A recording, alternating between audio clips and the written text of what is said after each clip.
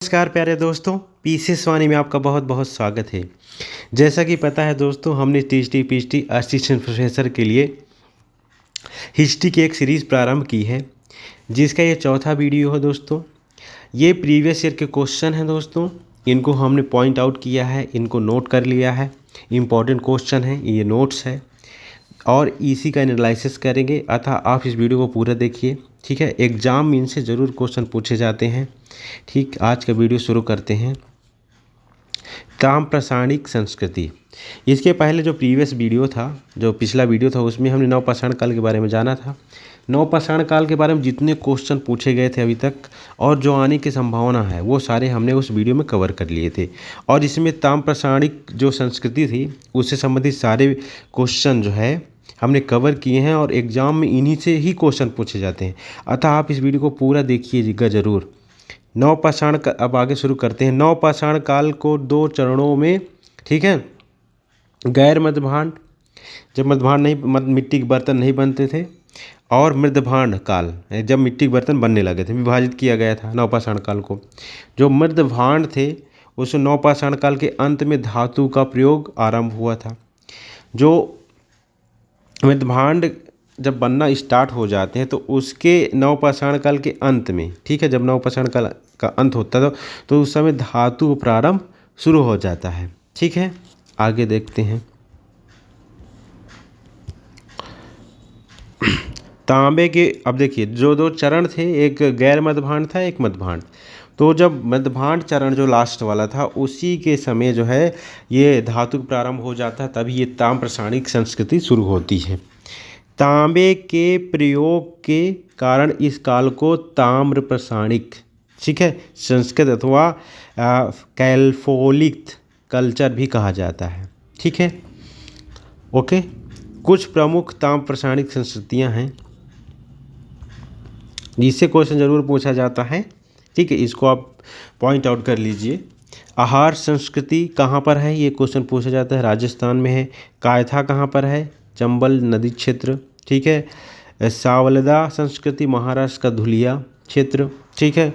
प्रभास संस्कृति गुजरात में है दोस्तों, ठीक है। 4 ऑप्शन आ जाते हैं, उनको मैचिंग करने के लिए भी आ जाता है इससे, ठीक है। और 4 ऑप्शन आ जाएंगे कि ये संस्कृति कहाँ पर है, ठीक है। ऐसे क्वेश्चन पूछे जाते हैं, ठीक। मालवा संस्कृति, जो मलवा संस्कृति थी, वो कहाँ है, नर्मदा नदी, ये मध्य प्रदेश की संस्कृति है, नर्मदा घाटी के आसपास। रंगपुर संस्कृति गुजरात में, रंगपुर गुजरात में है ही है, ठीक है। जोरवे संस्कृति से बहुत क्वेश्चन पूछे जाते हैं, महाराष्ट्र के दैमाबाद इनाम गांव में है। दैमाबाद कहाँ है, इनाम गांव कहाँ है, ये सारे क्वेश्चन पूछे गए हैं। ओके, आगे चलते हैं। ताम्रपाषाणिक कालीन जो स्थल थे उनके बारे में पढ़ते हैं और क्वेश्चन जो पूछे गए उनको जानते हैं। नवदा टोली, इससे क्वेश्चन पूछा गया कि नवदा टोली कहाँ है, तो ये मलवा में है, मध्य प्रदेश में। ओके, अब देखिए दोस्तों, इस स्थल का उत्खनन HD संकालिया ने करवाया था।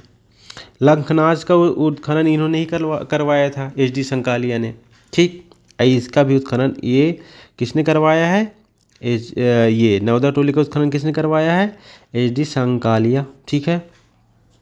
आगे देखते हैं।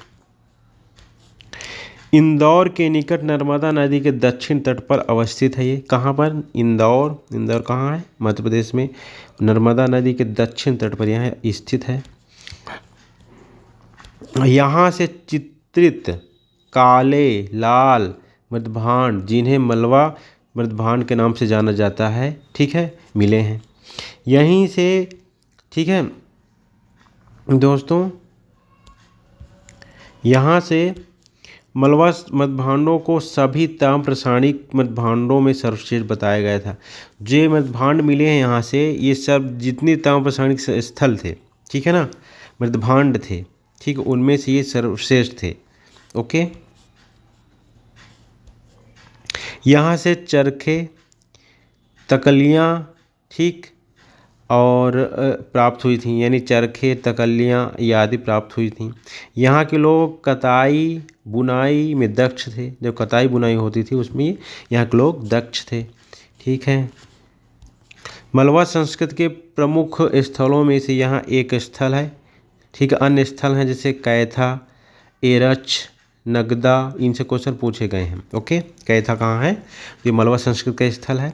ये पूछा जा सकता है कि मलवा संस्कृति के स्थल कौन कौन से हैं, तो आपका ये नवदा टोली तो है ही है, कैथा हो गया, एरच हो गया, नगदा हो गया। ओके, आगे चलते हैं। कायथा संस्कृति जो कायथा संस्कृति थी उसके बारे में क्वेश्चन है। कायथा संस्कृति हड़प्पा संस्कृति की कनिष्क समकालीन मानी जाती है। यानी पूछा जाया गया है क्वेश्चन कि हड़प्पा संस्कृति के समकालीन कौन सी संस्कृति थी, तो ये कायथा संस्कृति को आप बता सकते हो ताम्रप्रसारण में। ओके, उसी की समकालीन थी ये, कनिष्क मतलब, ठीक है, छोटी। यहाँ से एक घर में तांबे के 29 कंगन और 2 कुल्हाड़ियाँ पाई गई हैं। मतलब तांबे को 29 कंगन कहाँ से पाए गए? कायथा संस्कृति से पाए गए हैं। आगे देखते हैं। दक्षिण पूर्व राजस्थान की जो संस्कृतियाँ थीं ताम्रप्रसारणिक, वो कौन कौन सी हैं? ये आहार संस्कृति है। इससे क्वेश्चन बहुत बार पूछा गया कि आहार संस्कृति कहाँ है इस, तो ये राजस्थान में है दोस्तों। आहार का प्राचीन नाम ताम्बवती था, अर्थात तांबे वाली जगह। तांबे वाली जगह, यहाँ से तांबा बहुत मिला था, क्योंकि यहाँ से तांबे के औजार ज़्यादा प्राप्त हुए हैं। यहाँ से लाल काले मृतभांड भी मिले हैं। कैसे कैसे? लाल और काले मृतभांड भी मिले, लेकिन तांबे के बहुत ज़्यादा औजार यहाँ से मिले हैं। आगे देखते हैं। दक्षिण पूर्वी राजस्थान की बनास घाटी, बनास घाटी कहाँ है? राजस्थान में दोस्तों, से संबंधित है। यहाँ से पालतू जानवर भैंस बकरी के साक्ष्य भी मिले हैं। तो ये मतलब ये पूछा गया था दोस्तों कि जो ये संस्कृति आहार संस्कृति थी किस नदी के किनारे है, तो बनास घाटी यानी बनास नदी। ओके, यहाँ ऐसी संस्कृति है, यहाँ एक ऐसी संस्कृति है जहाँ से पत्थर के औजार नहीं प्राप्त हुए हैं। मतलब यहाँ से पत्थर के कोई भी औजार प्राप्त नहीं हुए हैं। गिलुंड स्थल यहीं से संबंधित है। गिलुंड स्थल कहाँ संबंधित है, ये क्वेश्चन पूछा गया है कि गिलुंड स्थल कहाँ से संबंधित है। तो दोस्तों ये आपका ये जो संस्कृति है आहार संस्कृति से संबंधित है। किससे संबंधित है? आहार संस्कृति से, गिलुंड। ठीक है, जो गिलुंड है दोस्तों कहाँ संबंधित है? आहार संस्कृति से। अब महाराष्ट्र में जो ताम्रप्रसारणिक स्थल था कौन सा था? महाराष्ट्र में देखते हैं। अहमदनगर जिले में स्थित जोरवे, जोरवे से बहुत क्वेश्चन पूछे गए हैं। जोरवे, नेवासा, दैमाबाद, ठीक है। पुणे जिले में चंदौली, ठीक है। सोनगांव, इनामगांव, प्रकाश और नासिक, यहाँ से बहुत सारे ताम्रप्रसारणिक उपकरण मिले हैं दोस्तों, ठीक है, साक्ष्य मिले हैं।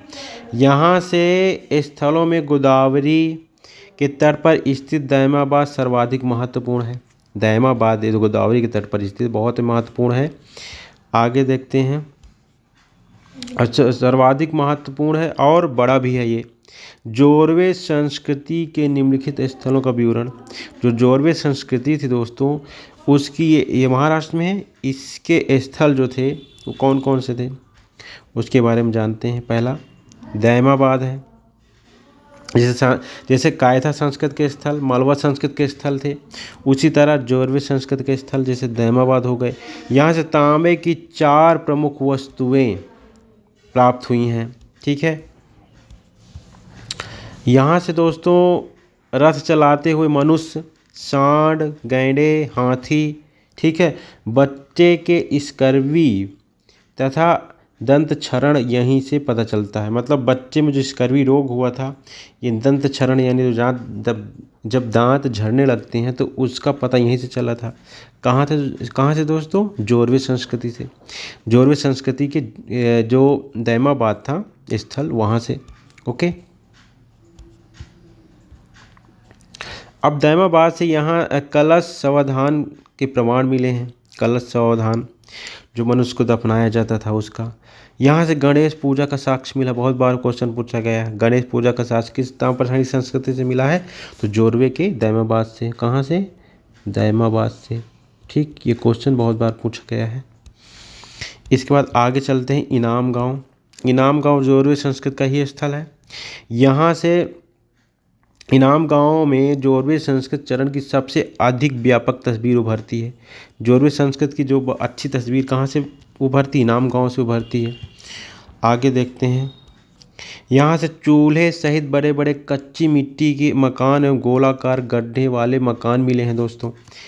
5 कमरों वाला एक मकान यहीं से मिला है। 5 कमरों वाला मकान कहाँ से मिला है दोस्तों, इनाम गांव से मिला है। इसके बाद जोरवे संस्कृत का स्थल है नेवासा। ये सब महाराष्ट्र के हैं दोस्तों। जोरवे संस्कृत एक अन्य स्थल, जोरवे संस्कृत महाराष्ट्र से संबंधित है। ओके, यहाँ से प्रथम साक्ष्य पटसन का मिला है। जो पटसन नहीं होता है, ठीक है ना, कहाँ से साक्ष्य मिला है, नेवासा से। ओके, यहाँ से नैदानिक मृदभांड के साक्ष्य मिले हैं।